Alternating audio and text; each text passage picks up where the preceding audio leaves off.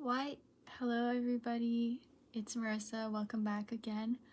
I wanted to film this tutorial just to go along with the workshop that I did recently for fringe earrings and just for anybody else who's wanting to learn as well. I'm going to teach how to make one fringe earring today, and then if you want to make a whole pair, then you can just watch the video again. This is going to be based off of the earring kit that I had in my workshop. So if you are not coming from my workshop, then just make sure that you have all of these supplies on hand. So in your kit bag, these are our earring hooks and wire guards and earring backs. I'm going to set those aside for now. We also have this foam. This is a beading mat, so you'll put your beads on here so that they don't roll all around. There's a needle inside just so that it's not just loose in the bag. So you'll take the needle out, and we'll use this needle for beading. This is a size 11 needle. There's also the business cards from Maya and me. And then lastly, we have our thread. This is Nymo size D thread. I conditioned it with this beeswax over here. So the first step we're going to be doing is threading our needle.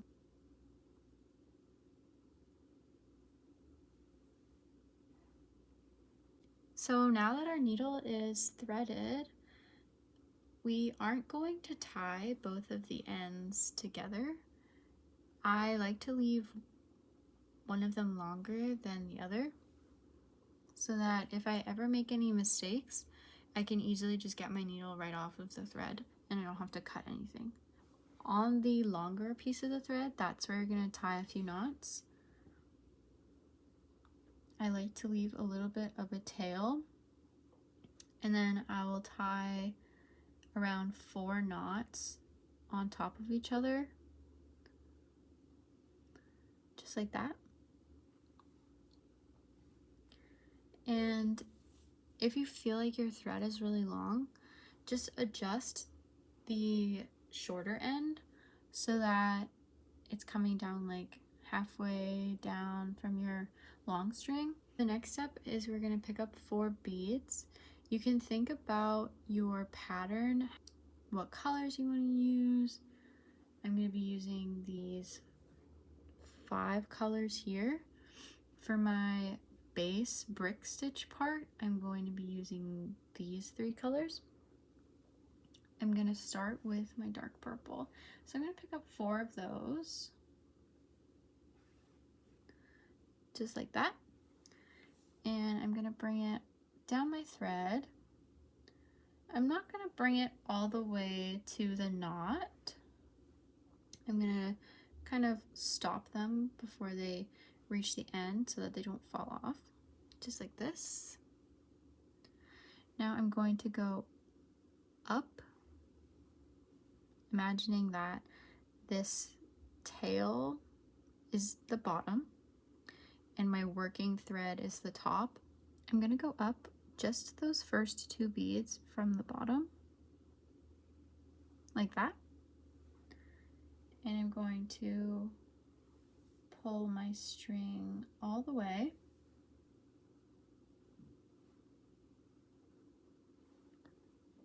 So now it will look like this. I'm now going to go down through the 2 beads on the right. My working thread is coming up through the top. My tail is coming down through the bottom.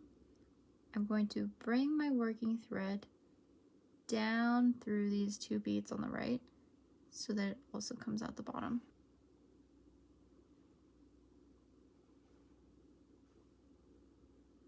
Now that it looks like that, I'm going to pick up 2 more beads. This time I'm going to pick up these light purple ones. My working thread is coming out the bottom of the last 2 beads that I placed down. I'm now going to poke my thread down right here, like this.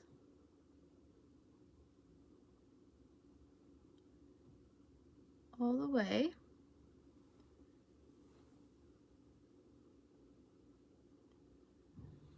And then I'm going to go back up through those beads that I just placed down.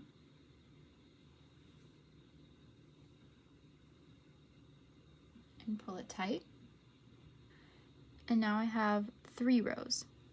You'll continue this until you have the desired amount of these rows. So these are going to be kind of like the base of the fringe earring. We're making a pattern that involves needing a center point, then you will make an uneven number of these rows.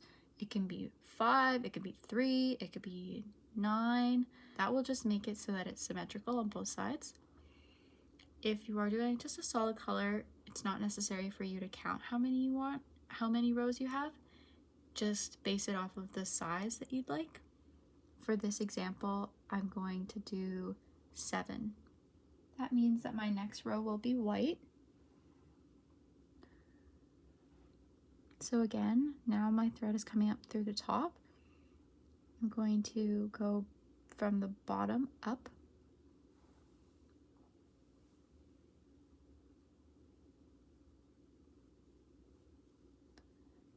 And then I'm going to go down through those 2 that I just placed.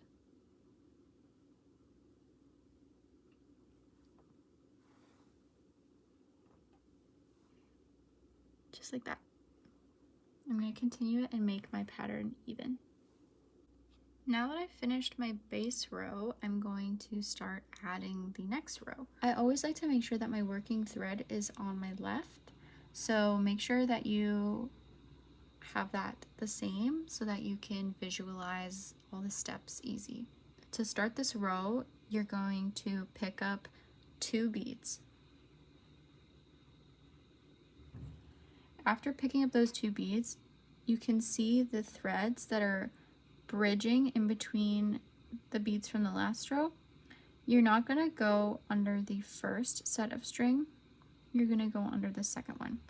And you're always going to be working with your thread coming towards you. So poke towards you under that second string. Just like that. And now we're going to go through these 2 beads here that we just placed down. And now we're going to go back up through this one here on the right. And then we can tighten it. Now we're going to pick up 1 bead. And this is going to continue for the rest of the row. We're going to go under the next thread, pull it through, and then we're just going to go up through that last bead that we placed down.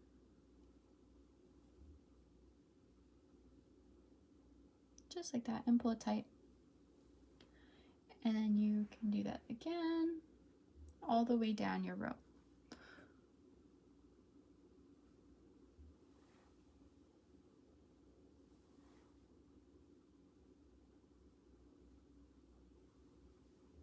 So I just finished that row.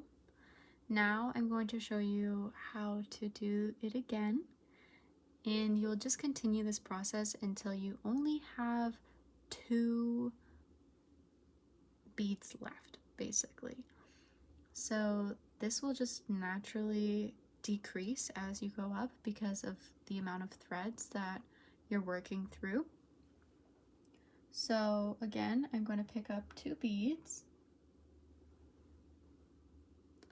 I'm going to skip 1 thread, go into the second thread,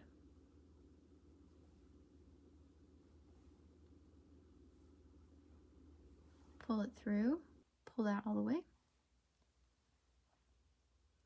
Then I'm going to go through these 2 beads that I just put down, and then back up just through the one on the right and pull that tight. And now we're going to pick up one bead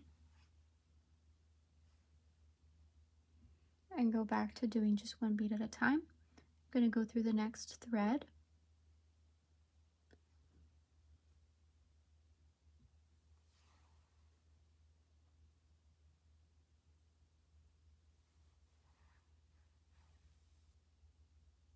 and pull it tight, and then continue that. Now I'm at the point where I only will have two left at the top. I'm going to pick up my last two beads. I'm going to poke them under this second string here.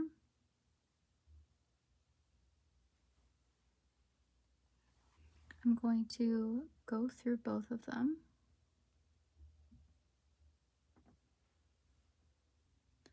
And then go back up through the one just on the right. Now we're ready to add the wire guard. Pour out your little bag with all of your findings in it. The wire guards are these horseshoe looking findings. It's very hard to see, but they do have two holes on each side. We're going to get our needle and we're going to poke up through one of those holes to bring the wire guard down onto our earring. I'm going to poke down through the other side of the wire guard. And I'm going to let my thread rest over the top of it. Just like this. Now I'm going to poke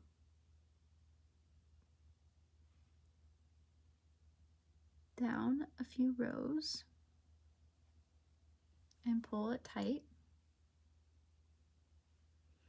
I'm going to poke up through one and pull it tight. I'm going to flip this upside down and I'm going to poke my needle all the way down so that it comes out through this row. Just like that. So now the top portion of the earring is done. We're going to do the fringe part. I'm just going to carefully burn this tail here so that it can move out of my way. Now is the really fun part. You get to pick up however many beads you want. This will be the long part. You can have it really short if you want and just pick up a few beads, or you can pick up like however many you want and have it taper down so that it gets longer in the middle. It's totally up to you. You can have them all straight and have them all the same amount of beads. I'm just going to pick up a few and then I'll be right back. So now that I've picked up quite a few beads over here, I'm going to separate the last bead that I picked up because we're not going to go through that bead. If we go through that bead, all of those beads that we just laid down will fall right back off. So we're going to skip that bead and feed our needle all back through those beads that we just picked up. Just like this. You're also going to poke your needle back through the two beads from our very first row, just like that.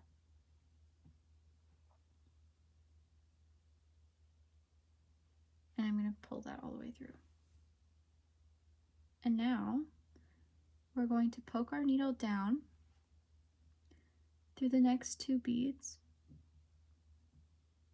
so that our needle is coming back out through the bottom again. You want the fringe part to still have a little bit of give to it. That is what helps it lay all nicely. If you have that part too tight, then it can tend to look a little bit wonky.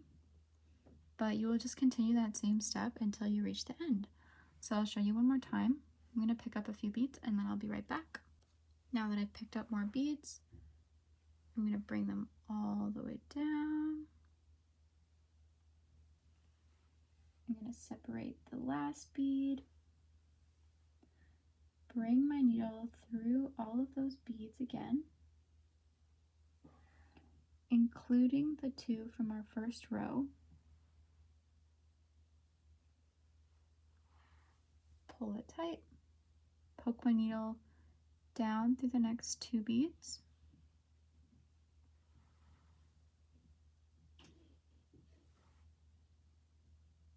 Loosen these a little bit and then continue all the way. I'll come back once I've reached the end and show you how to finish it. So I'm just finishing up my last fringe. I'm going to poke up through those two beads again. Now the basic beading part is done. I'm going to now do the finishing touches. So I'm going to kind of weave my thread through the existing beads that we did the brick stitch part in. So my thread is coming up through here. I'm going to poke up one more row.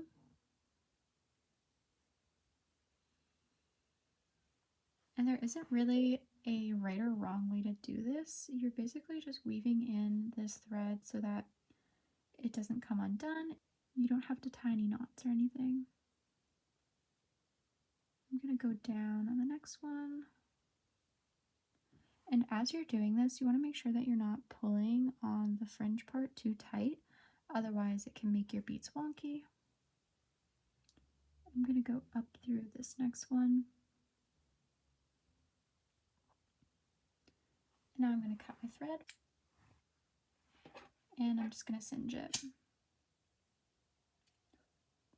So the singe part would be the back side of it.